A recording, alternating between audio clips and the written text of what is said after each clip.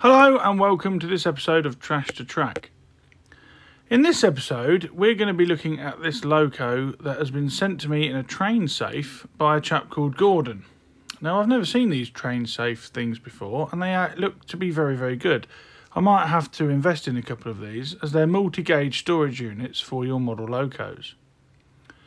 What we're going to be looking at this time is this Lima HO gauge South African Railways Cocoa diesel, which by the looks of it has seen better days. The body shell is loose from the chassis and the rear bogie is in parts in this poly bag here. So I'll get the train safe out of the way and we'll have a look at what we're dealing with in this episode. Inside the poly bag is a couple of wheels, some screws. As I said, the body is loose from the chassis and it is also fitted with a digital decoder, so this will make it easy to test on my layout. The front bogie here is also very loose, so this loco is going to need some work to remedy these problems. It's nice to see that this loco has got a centrally mounted motor, not the normal flat pancake motor that Lima models were fitted with for distribution in this country. I can see there that there appears to be a gear missing in that gear train on that rear bogie, so we're going to have to look into this later on.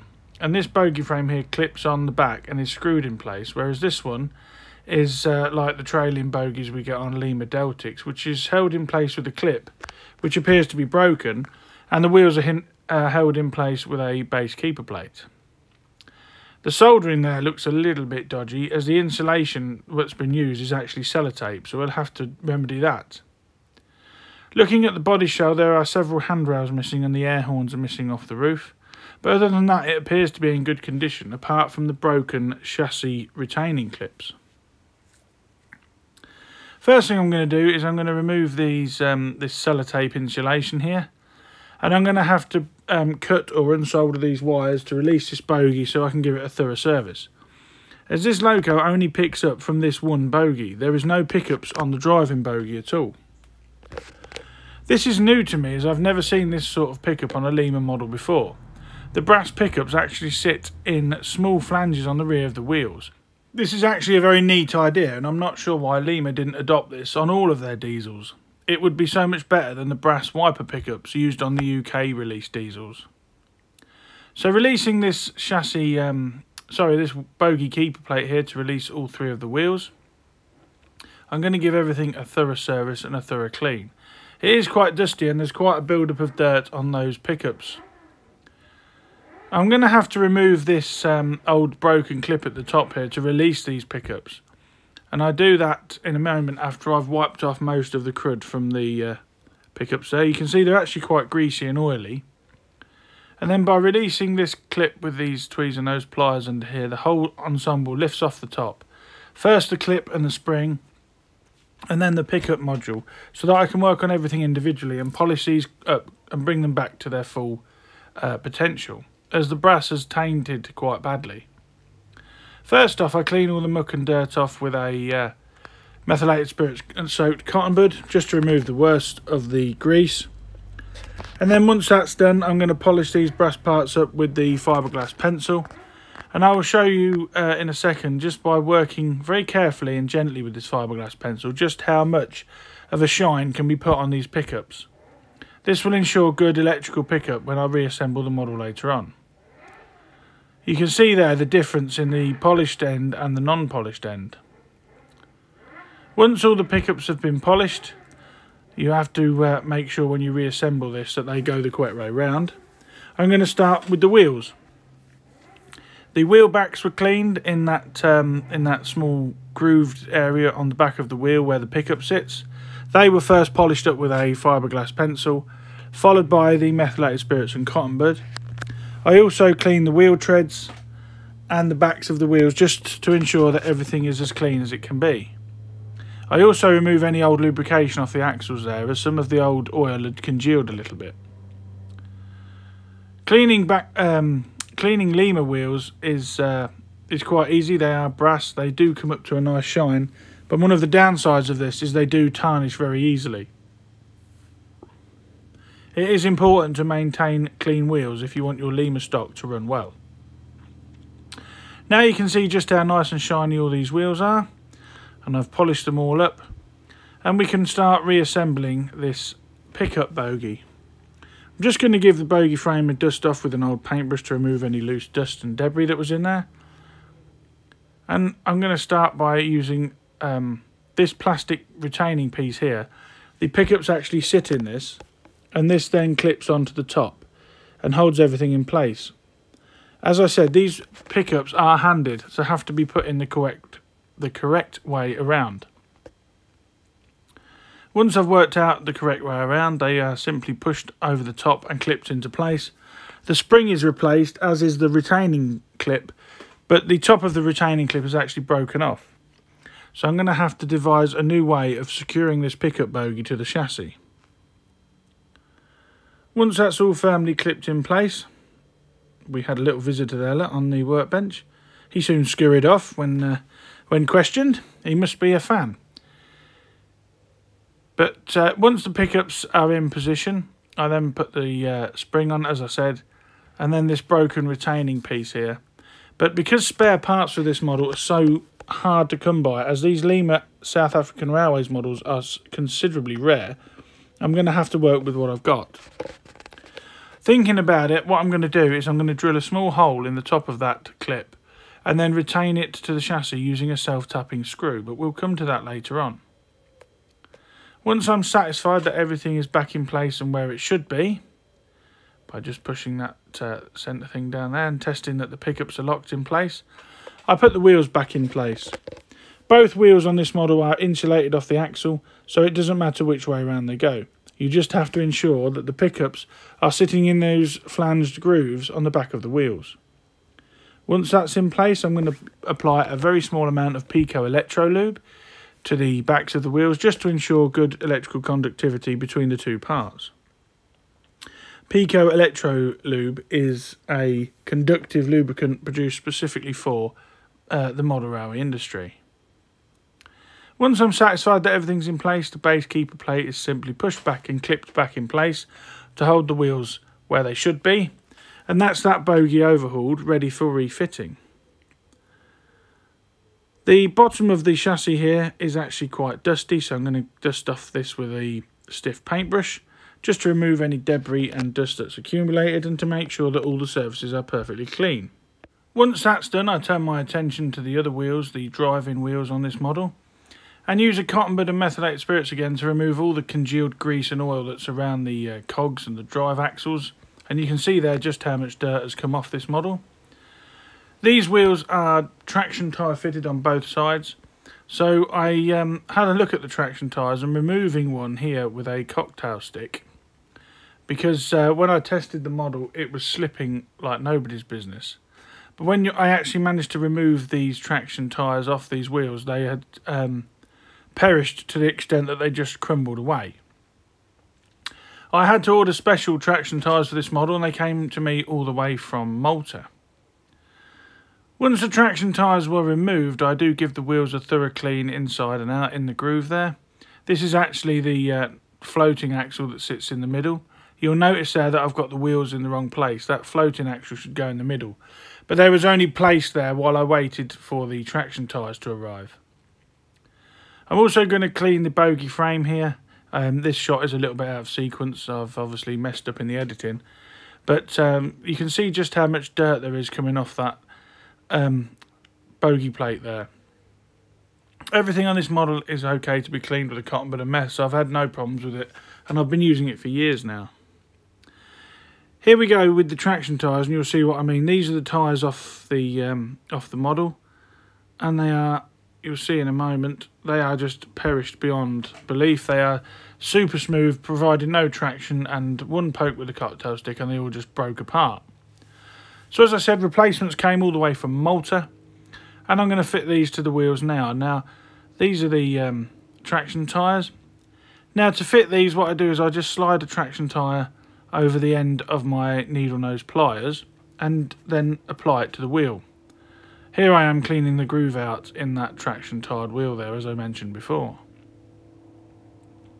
So yeah, by picking one up with the needle nose pliers and putting it over the top of the wheel and using the long thin ends of the pliers, I can actually apply the traction tyre, and then using a fingernail and and thumb pressure, just push the tyre into its correct place. Once all the tyres are on, I give these a test, and they are a lot better than the ones we replaced. Now that the wheels are back in place, I'm going to apply a small amount of this silicone grease to lubricate the gear train, as I'd cleaned all the old lubricant off.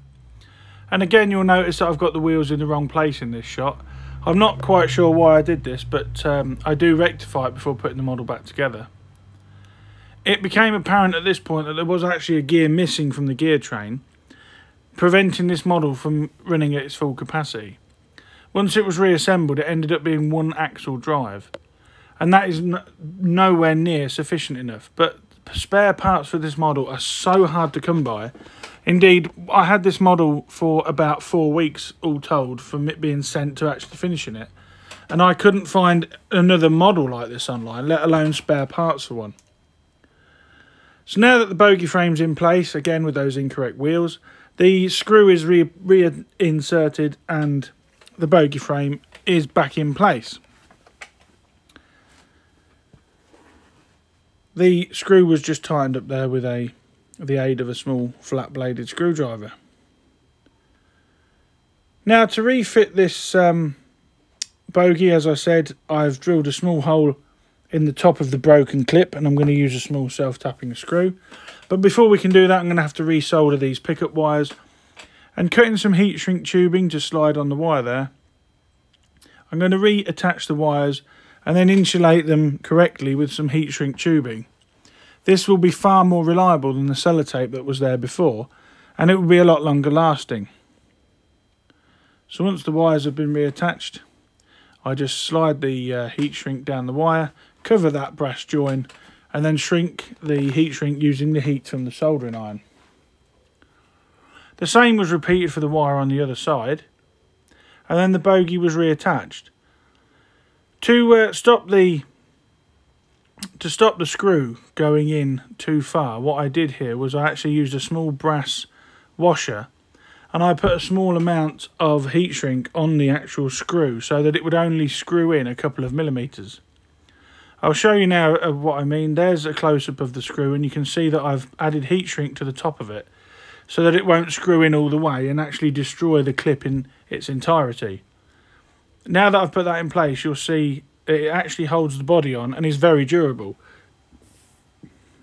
Shaking the model around a little bit proves that this bogie is now back in place where it should be. The DCC decoder on this model had actually blown, so I replaced it with a brand new one. And here you can see it being tested before I reattach the body shell. Now I had to do this because the body shell, when I reattach this, it's going to be very difficult to take it off, due to the nature of the brakes in the actual body shell. The body shell itself is relatively clean. I'm just going to give it a dust over with a paintbrush, as I do everything, to remove the excess dust. And then the body, the walkways on the side of the body were cleaned with a cotton bud that had been dipped in some warm soapy water. For Lima models, these really do have quite good detail. The grille relief is quite good, and there is a plethora of separately fitted handrails, although unfortunately on this model most of them are missing. Not to be deterred, I had a look round to see if I could find any spare parts, and what I ended up doing was I ended up resorting to scratch building my own handrails for this model, as like I said before, spare parts are extremely hard to come by.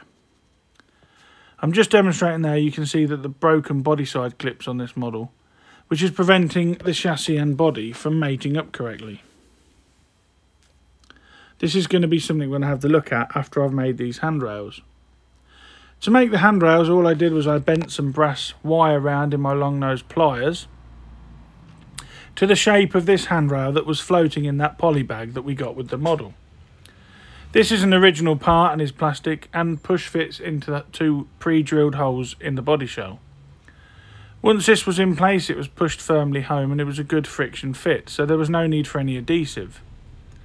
But using that handrail you can see there as a guide, I actually, like I said, bent some brass wire up to represent the handrails that were missing.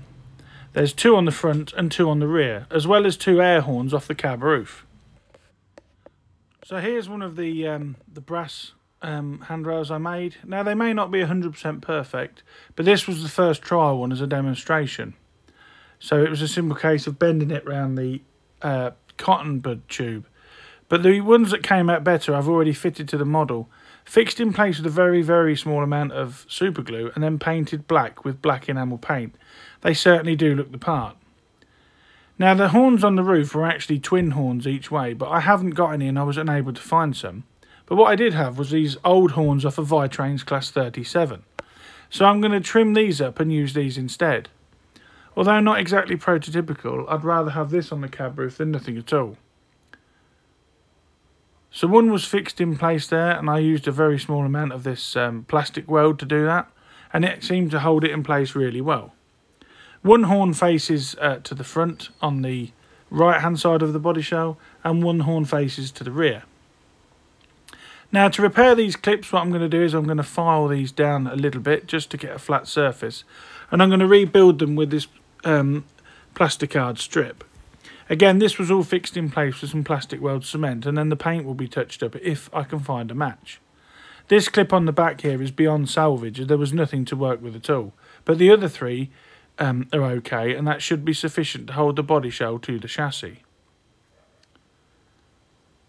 So upending my loco now in the loco cradle, the body and chassis are together, and I'm going to use these tweezer nose pliers just to hold these small slithers of plasticard in place, and then using a very, very fine paintbrush, I use the plastic weld adhesive to apply the plasticard to the body. This is what I meant when I said earlier that now I've done this and mended it, it will be quite difficult to remove the body shell. However, now that I've serviced this model and the DCC decoder is good, unless that decoder blows, there'll be no need to remove the body shell on this model for years to come. Now that everything's been left overnight to dry, you can see here that those clips are holding it in place, and I'm shaking it there to see if it breaks off, and it doesn't. So now it's time to find a paint match. I raided my paint tins and I raided my paint box to try and find a blue that resembled it, and I actually painted a load on some old plasticard to try and find a match. My preference is to work with acrylic paint, but all of the acrylic paints I have were either way too light or way too dark. So I turned my attention to my small collection of enamel paints, and I was actually lucky enough to find I've got a pot of enamel Humbrol number 14, which on the lid looks very, very similar to the colour used on this model. This is a very old tin, so I'm not holding out much hope, but I'm pleasantly surprised that when I open it, the paint's still good. And what about that for a colour match straight out of the tin? That is almost identical, so this paint will be used to touch in those white plasticard parts and hopefully make the join invisible. So using a very small brush, after all the glue had thoroughly dried overnight, I just touch up all those white plasticard clips. It took a couple of coats, but after leaving to dry overnight, the result was quite good because, as I said, the paint was an almost perfect match to the colour used by Lima. So here we have this South African Railways Cocoa diesel. Everything's been rebuilt and put back together, and I'm going to give it a test run in the garden. You can see there the close colour match of that paint, and I just, after this filming, coated it with a bit of satin varnish just to tone the gloss down a little bit. I really do like this South African diesel, although it is quite small in relation to my 00 stuff, as this has been made to HO gauge. The detail on it is actually quite nice. There's quite a few separately fitted parts, considering it is a Lima model. If you've got an engine you'd like to see featured in a future episode of Trash to Track, please email me at the email address shown on screen now, and we'll have a look at getting it sent over, and who knows, it may feature in an episode all of its own. I am a little bit disappointed that this diesel is only on one axle drive, but there really was nothing I could do as spare parts for this model are virtually non-existent. Please like, share and subscribe, and I thank you all for watching, and I'll catch you again in the next video. Bye for now.